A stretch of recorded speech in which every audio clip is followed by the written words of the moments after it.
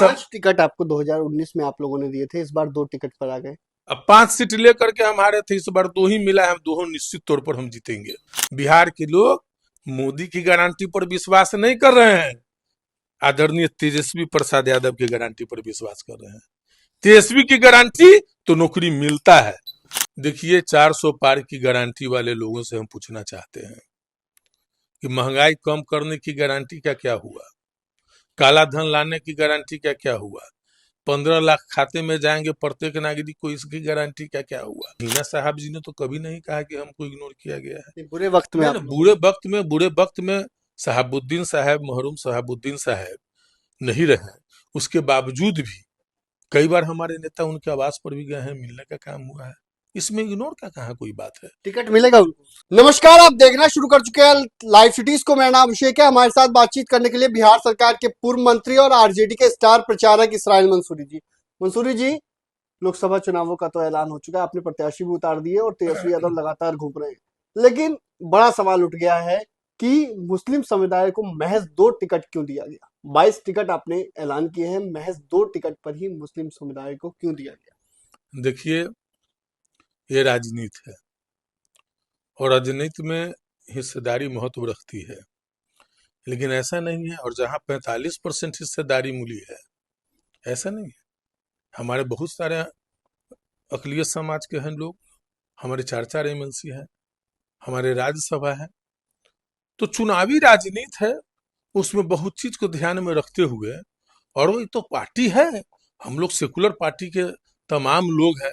आदरणीय लालू प्रसाद यादव जी के विचारधारा में विश्वास रखने वाले हैं, तेजस्वी प्रसाद यादव जी के विचारधारा में रखने वाले हैं। तो हिस्सेदारी कैसे नहीं है, हिस्सेदारी मिली और आगे फिर और चीजों में है। 18% को 2 टिकट क्यों, सवाल उठा रहे देखिए हैं। इसमें दावेदारी भी महत्व रखता है, चेहरा भी महत्व रखता है, ऐसा नहीं है। और जहां जरूरत पड़ी है लड़ ही रहे हैं लोग। अभी देखिए कि 2 एमएलसी हुए हैं मुस्लिम समाज से।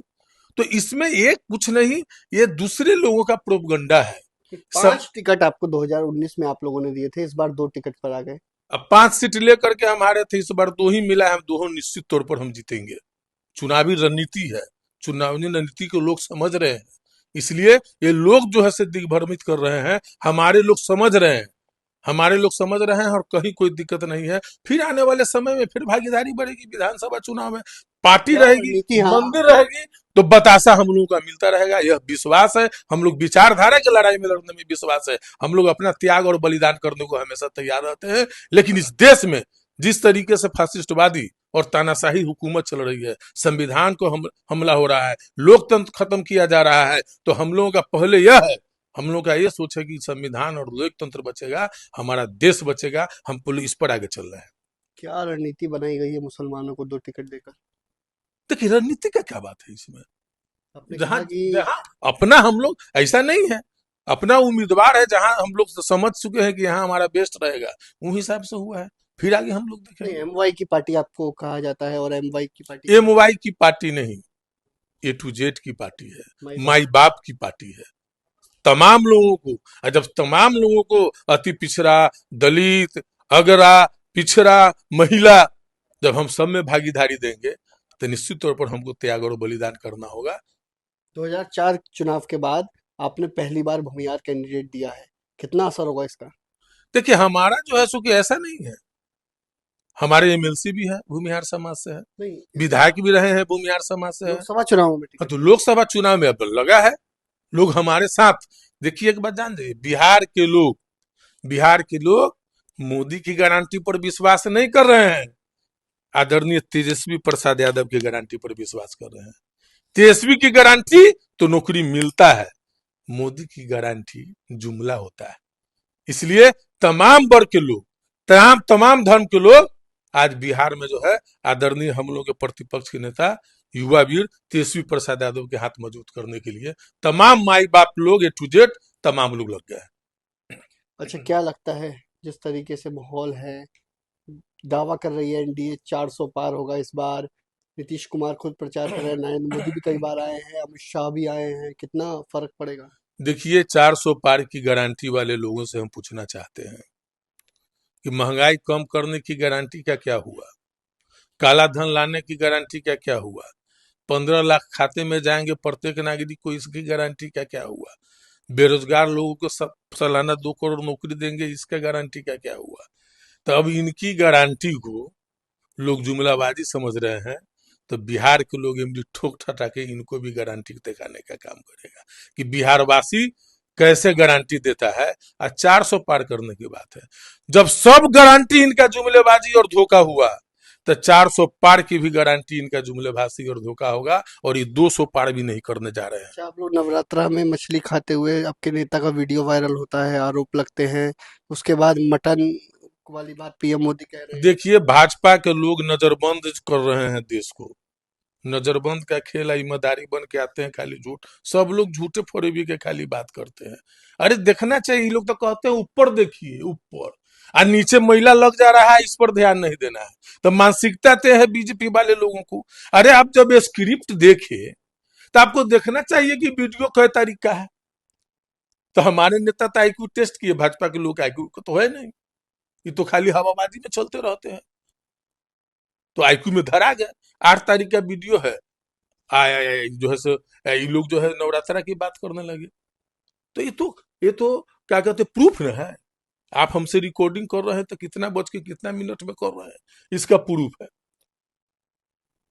अच्छा, आरजेडी ने सिवान में अपना कैंडिडेट नहीं दिया, ऐसा क्यों किया गया? सिवान में क्यों आपका उम्मीदवार अभी? देखिए, शीर्ष नेतृत्व का मामला है और शीर्ष नेतृत्व तय करेंगे। तो शहाबुद्दीन की पत्नी हिना शाहब निर्दलीय चुनाव लड़ रही हैं, आपकी पार्टी से पिछला बार चुनाव लड़ा था, आपकी पार्टी में शहाबुद्दीन का एक कद था, लेकिन आपकी पार्टी ने इग्नोर किया, ऐसा आरोप लगता है। देखिए, इग्नोर का तो कहीं कोई सवाल तो नहीं आया है, और हिना साहब जी ने तो कभी नहीं कहा कि हमको इग्नोर किया गया है। नहीं, बुरे वक्त में नहीं आप ना, लोगों बुरे वक्त में शहाबुद्दीन साहब, मरहूम शहाबुद्दीन साहब नहीं रहे, उसके बावजूद भी कई बार हमारे नेता उनके आवास पर भी गए हैं, मिलने का काम हुआ है। इसमें इग्नोर का कहाँ कोई बात है। टिकट मिलेगा उनको? देखिए अब टिकट तो, अब हमको चुनाव लड़ना है, तो हमारा अपना भी स्ट्रेटजी है कि हम क्या करेंगे, हम कैसे लड़ेंगे। हमको अगर कोई इच्छा होगा कि हम निर्दलीय ही लड़ेंगे, तो कोई टिकट देगा, हम नहीं लेंगे। अब क्या है नहीं है उन लोगों का मामला है, नहीं, शीर्ष नेतृत्व अगर का पार्टी से मामला बात होती है तो दिया जाएगा। एक कद वाले ने क्योंकि कहा है। जाता अरे सुख, हम लोगों की तरफ से तो हमको नहीं लगता है कि कोई आपत्ति है। अगर उनसे कोई अगर आपत्ति होती तो उनके हर कार्यक्रम में हमारे नेता गए हैं। हमारे राष्ट्रीय अध्यक्ष आदरणीय लालू प्रसाद यादव जी को, मुझे तो लगता है, जैसा जानकारी है, बराबर फोन से बात होती है, वो हालचाल लेते ही जाते हैं। बातचीत अब होती है अलग अलग सेगमेंट है, अलग अलग राजनीति है, क्या है नहीं है, ये तो शीर्ष नेतृत्व मतलब समझते हैं। बातचीत होती है लगभग। मुझे तो लगता है ऐसा कुछ नहीं है, लेकिन अब उनकी क्या राजनीति है, वो किसमें कंफर्टेबल महसूस करते हैं, वो तो उनको समझना होगा। अच्छा, ये पप्पू यादव को लेकर कल पप्पू यादव के कार्यालय पर छापेमारी की गई। पप्पू यादव ने साफ साफ कहा कि जेडीयू और बीजेपी की सरकार उन्हें मारने का प्रयास कर रही है।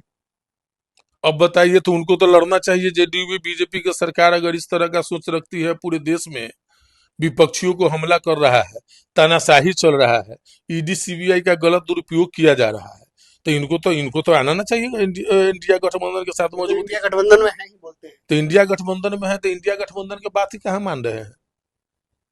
क्या है, हम अपने जीत है, लालू हम जी का अपने तो सम्मान करते हैं। हम अपने जीत के चलते थे, लालू जी का सम्मान करते हैं, तो लालू जी बोले कि मधेपुरा लड़िए। आप तो वहां का सांसद भी रह चुके हैं। पार्टी है, गठबंधन है, कई तरह का जो है सो बातें रहती है।